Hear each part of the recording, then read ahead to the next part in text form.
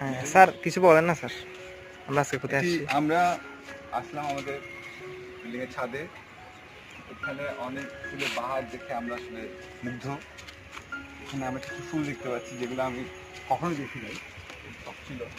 যেমন এই সাদা জবা, তারপর হচ্ছে স্নেক প্ল্যান্ট, ওইটা স্নেক প্ল্যান্ট। এই মাঝখানে হলুদ, চারপাশে সাদা।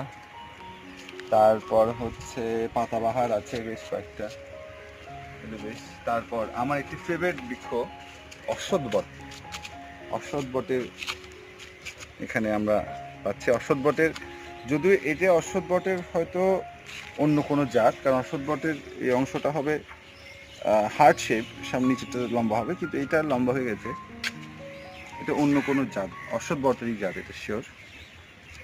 তারপর পাতাবাহার,